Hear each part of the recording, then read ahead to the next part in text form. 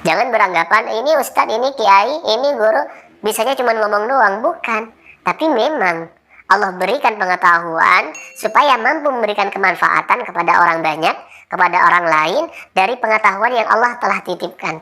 Pengetahuan yang benar, yang itu ada sanad-sanad keilmuannya.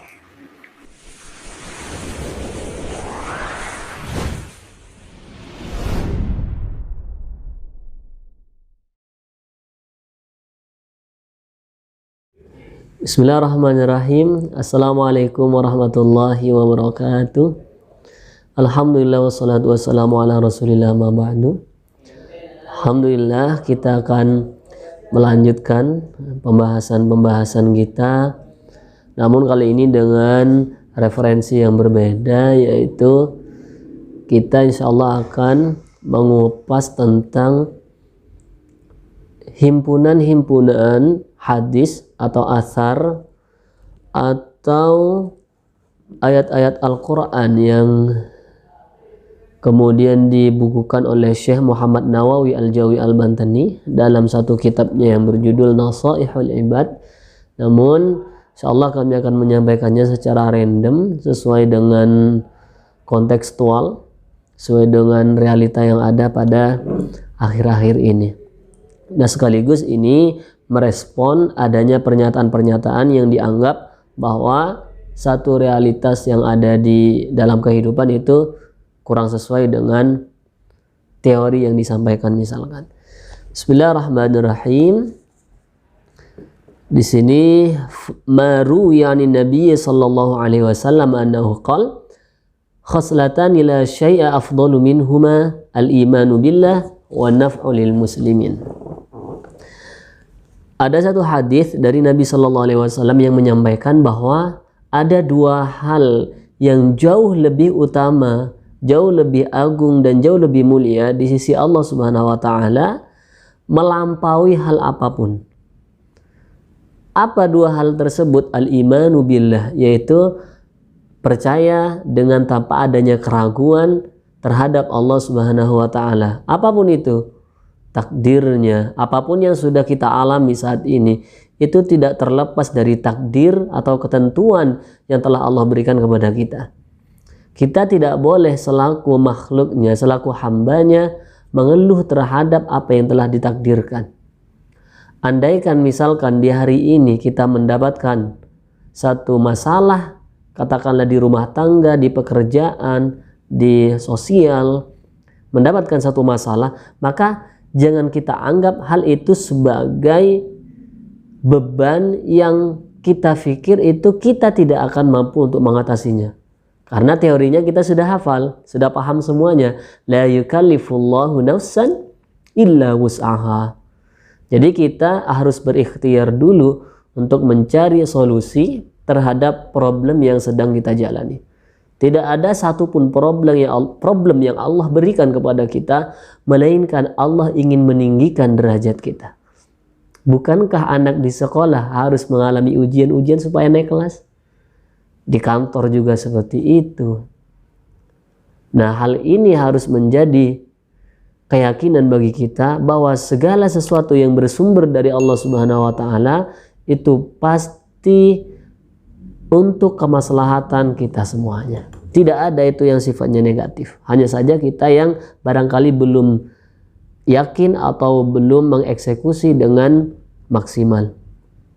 Kemudian yang kedua, setelah kita mengimani dengan sangat maksimal kepada Allah Subhanahu wa Ta'ala, wa naf'u lil muslimin.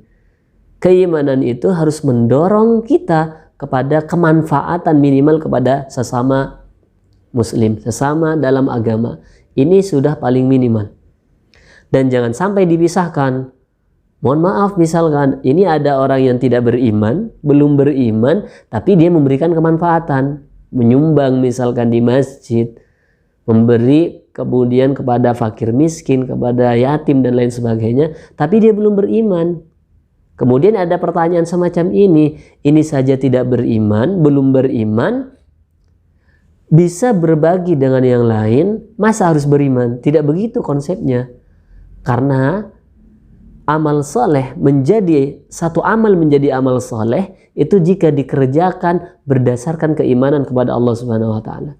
Jadi kalau kita melihat ada saudara-saudari kita yang melakukan kebaikan, maka Allah tetap balas kebaikan itu di dunia, faj'alnahu haba'am mansura. Tapi nanti di akhirat nggak ada nilainya. Jadi jangan dipisahkan. Karena itu kita harus bangga menjadi orang Islam, menjadi orang Muslim, bahwa apa yang kita perbuat berdasarkan keyakinan kita kepada Allah, keimanan kita kepada Allah, maka itu bernilai amal saleh di hadapan Allah Subhanahu wa taala. Jadi seperti itu.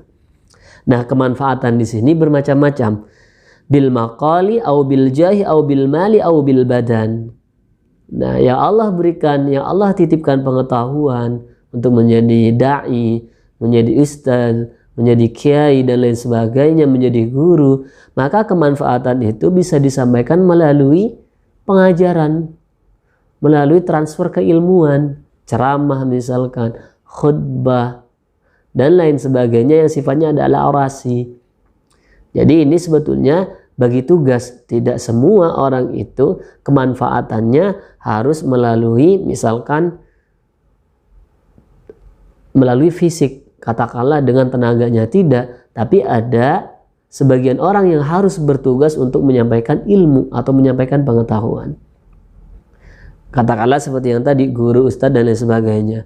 Jangan beranggapan ini ustadz, ini kiai, ini guru, bisanya cuma ngomong doang. Bukan, tapi memang Allah berikan pengetahuan supaya mampu memberikan kemanfaatan kepada orang banyak, kepada orang lain dari pengetahuan yang Allah telah titipkan. Pengetahuan yang benar, yang itu ada sanad-sanad keilmuannya. Bil maqal yang pertama, kemanfaatan bisa dengan perbuatan, bisa dengan ucapan. Yang kedua, bil jahi, kemanfaatan bisa dengan pangkat ataupun jabatan yang kita sandang saat ini. Katakanlah jadi gubernur, jadi presiden, jadi DPR, jadi apapun itu misalkan. Maka cara kita memberikan kemanfaatan kepada orang banyak, masyarakat kita misalkan, itu adalah dengan membuat kebijakan-kebijakan yang itu untuk kemaslahatan.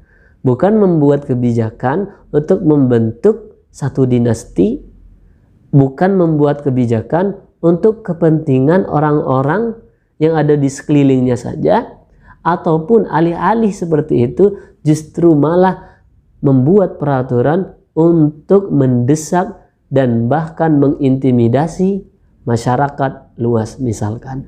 Nah, ini tidak boleh. Karena itu undang-undang, kebijakan-kebijakan yang dibuat harus berdasarkan pada kemaslahatan umat. Nah, ini nanti kalau misalkan ada perundang-undangan, ada peraturan kebijakan yang itu jelas merugikan banyak orang, maka pasti ada yang keliru dengan keimanannya. Jadi yang dicek ke sana. Karena kemanfaatan itu kalau imannya benar, maka manfaatnya masih benar. Manfaatnya pasti benar. Au bil mali, atau misalkan punya keluasan harta yang Allah titipkan. Maka itu kemanfaatannya melalui harta yang punya, misalkan donasi, infak, misalkan contoh yang lain bangun sekolah, bangun pesantren, bangun rumah Quran dengan cara menyumbangkan dana. Ini salah satu bentuk kemanfaatan juga yang dimiliki. Au bil badan, atau yang berikutnya kemanfaatan itu bisa dengan tenaga yang dimiliki, misalkan tubuhnya yang bugar, kuat, misalkan berotot. Karena itu ada bangunan-bangunan yang kita saksikan yang ngerjakan itu adalah tukang, dan itu memang kemanfaatannya dari aspek tenaganya, dan itu tidak boleh disepelekan. Karena kalau tidak ada tukang, bangunan tidak berdiri. Nah, arsitek itu hanya mendesain.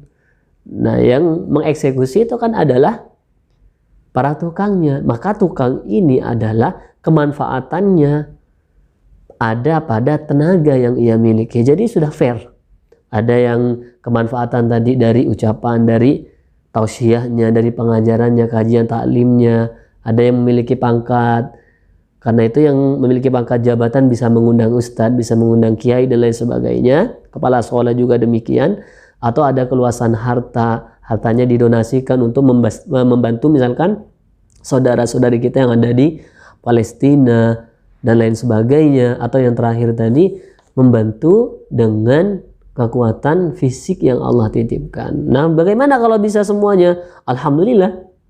Karena ini hanya sekedar rincian yang ingin disampaikan oleh Syekh Nawawi bahwa kemanfaatan itu bisa dalam bentuk apapun, ya.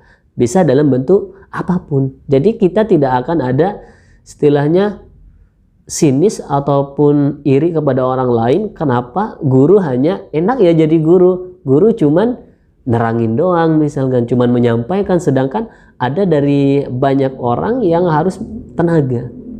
Nah, itu aspek-aspek yang lain yang memang Allah titipkan di situ. Dan itu sudah fair. Nah, karena itu semoga apa yang Allah titipkan kepada kita semuanya itu betul-betul memberikan kemanfaatan minimal. Itu adalah kepada diri kita sendiri, kepada keluarga terdekat, dan kepada orang-orang Islam itu paling minimal. Ya, itu udah paling minimal. Karena yang agak naik sedikit itu, yang cukup maksimal adalah kita mampu memberikan kemanfaatan bukan hanya dalam aspek keimanan, tapi dalam aspek kemanusiaan. Nah, ini barangkali yang bisa disampaikan pada sesi kajian taklim pada kali ini. Kita sama-sama bermohon kepada Allah Subhanahu wa taala, semoga kita diberikan keimanan yang maksimal sehingga iman itu bisa mendorong kita semuanya untuk melakukan kemanfaatan kepada seluruh makhluk Allah yang ada di muka bumi. Assalamualaikum warahmatullahi wabarakatuh.